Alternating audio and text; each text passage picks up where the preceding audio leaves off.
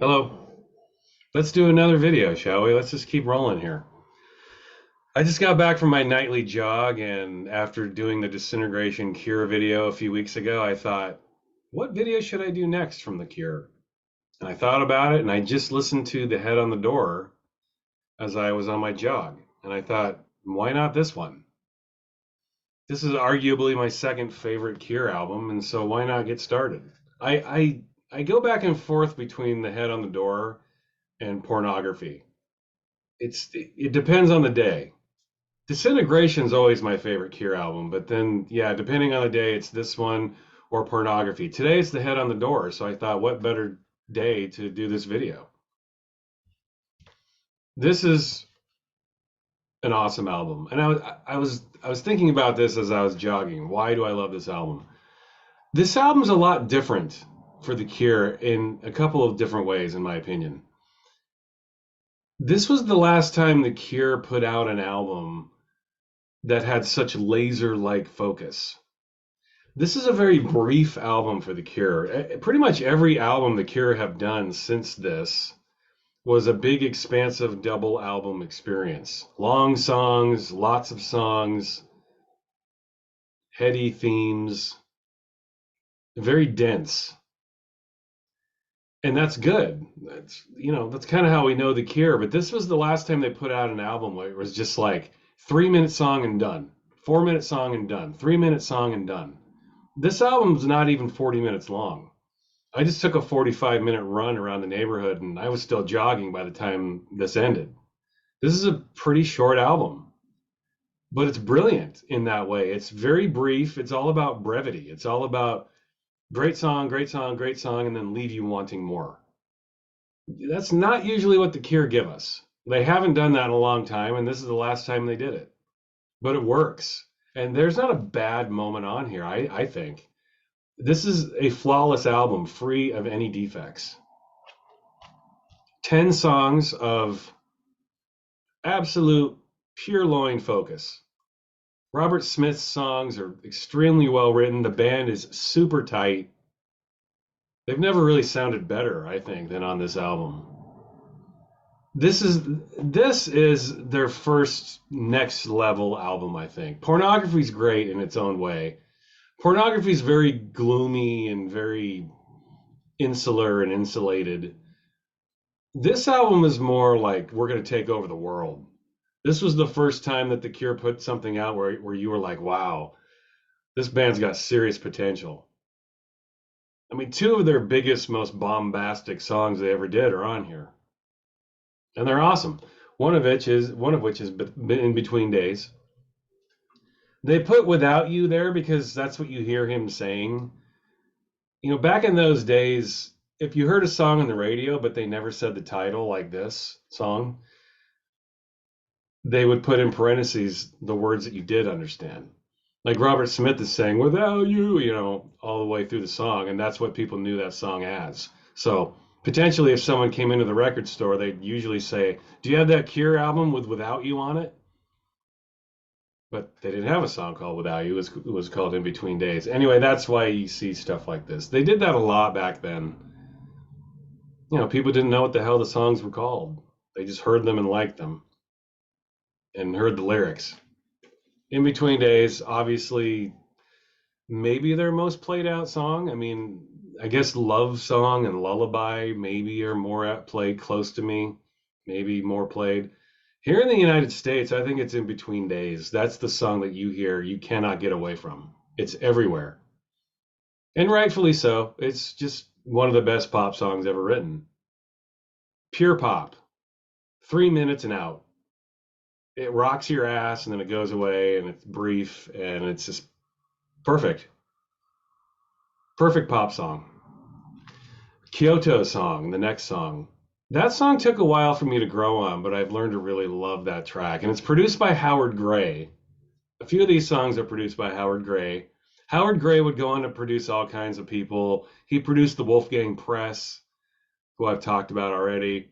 And he would go on to form his own band in the 90s called Apollo 440, which was like a down-tempo electronic thing.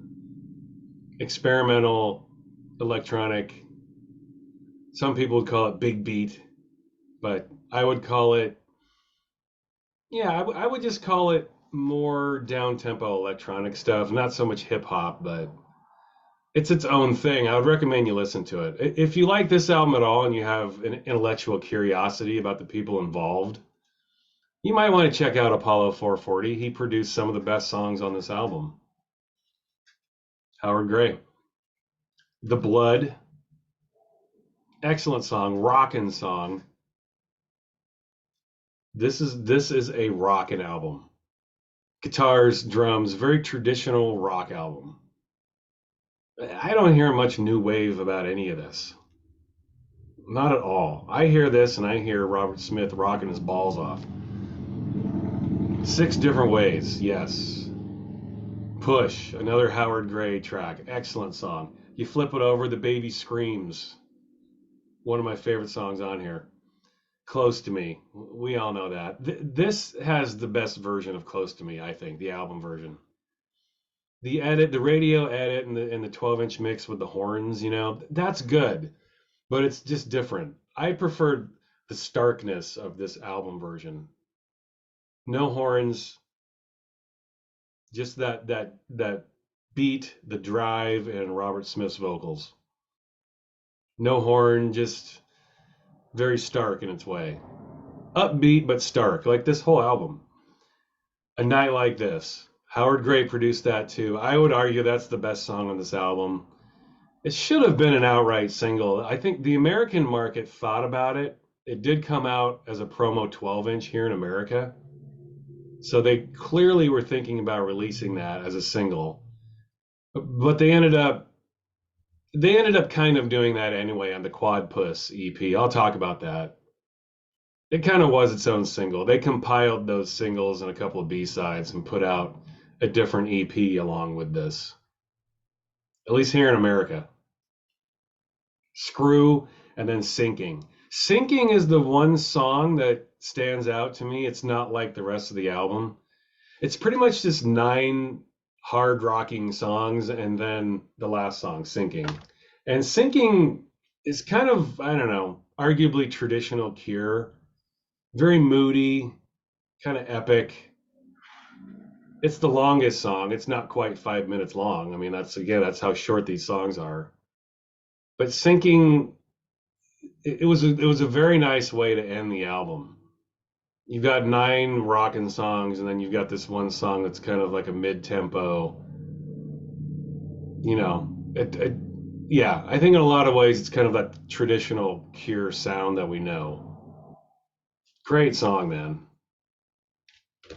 Did I already show the inner sleeve? If I didn't, I'll show it.